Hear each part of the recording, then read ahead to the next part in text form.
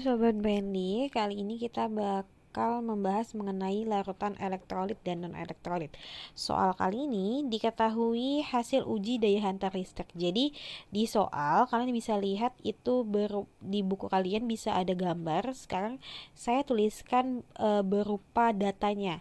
Gambar pertama yaitu adalah gelembung gasnya banyak, lampu nyalanya terang. Gambar kedua, gelembung gasnya sedikit, lampu nyalanya redup. Gambar ketiga, gelembung gas tidak ada, lampu tidak nyala. Gambar keempat, gelembung gas sedikit, lampu nyala lebih terang daripada gambar kedua. Gambar kelima, gelembung gas sedikit, lampu tidak nyala. Yang ditanya adalah hasil uji yang tepat secara berurutan pada MgCl2, urea, AgCl. Baik, untuk hasil uji larutan daya hantar listrik berarti berhubungan dengan namanya larutan elektrolit dan non-elektrolit. Jadi perlu kalian ketahui, elektrolit adalah larutan yang dapat menghantarkan listrik. Nah, karena dia dapat menghantarkan listrik, otomatis dalam uji daya hantar listriknya akan menghasilkan gelembung gas dan nyala nyampu.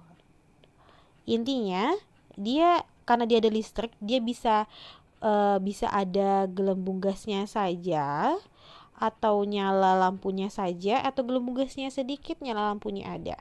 Intinya dia ada, tergantung kekuatan dari si elektrolit. Jadi nanti ketika elektrolit itu kuat, kalau dia kuat otomatis hasil listriknya kuat. Kalau listriknya kuat, berarti gelembung gas yang dihasilkan bisa saja banyak dan nyalanya lampunya terang. Kalau dia elektrolit lemah, berarti kan listriknya lemah. Nah, kalau listriknya lemah, otomatis bisa saja gelembungnya sedikit, lampunya redup, tapi ada keberadaan listrik sih. Sedangkan kebalikan dari elektrolit itu adalah non-elektrolit, di mana larutan tersebut tidak bisa menghasilkan listrik, tidak bisa menghantarkan listrik.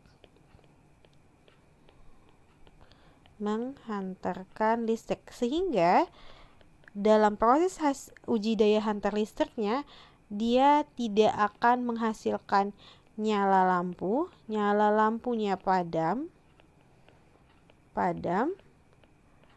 gelembung gasnya tidak ada. Karena tidak ada listrik sama sekali. Oke, untuk menentukannya sekarang kita fokus ke soal. Yang pertama yang diminta adalah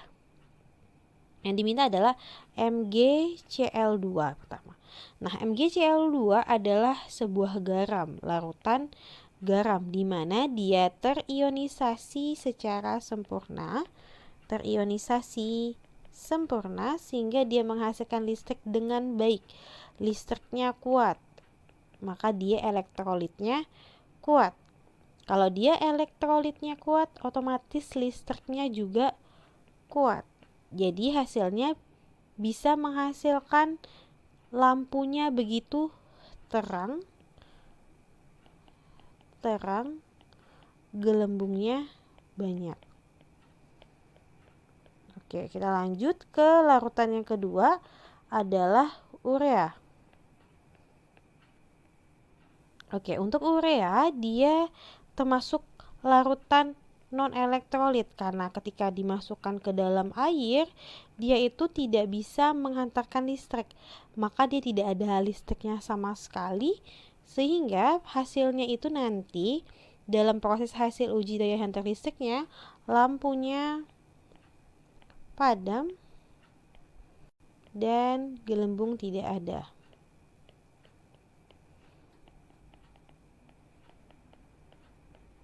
Selanjutnya yang terakhir yang akan kita identifikasi adalah larutan AgCl. Nah, AgCl itu juga sama seperti MgCl2, dia adalah garam. Hanya saja perbedaannya, AgCl akan terionisasi jadi Ag plus Cl min, jumlahnya 2 ion, sedangkan pada MgCl2 ketika diionisasi jadinya 2 Mg. Mg2 plus 2Cl min. Jadi total ionnya adalah 1 Mg ditambah 2 Cl. Jadi 3 ion. Maka hasil MgCl2 ionnya lebih banyak. Ketika ionnya lebih banyak, kalau ion lebih banyak, listrik lebih kuat. Listrik lebih kuat. Jadi nanti hasilnya lebih kuat. Oke, berarti AgCl akan lebih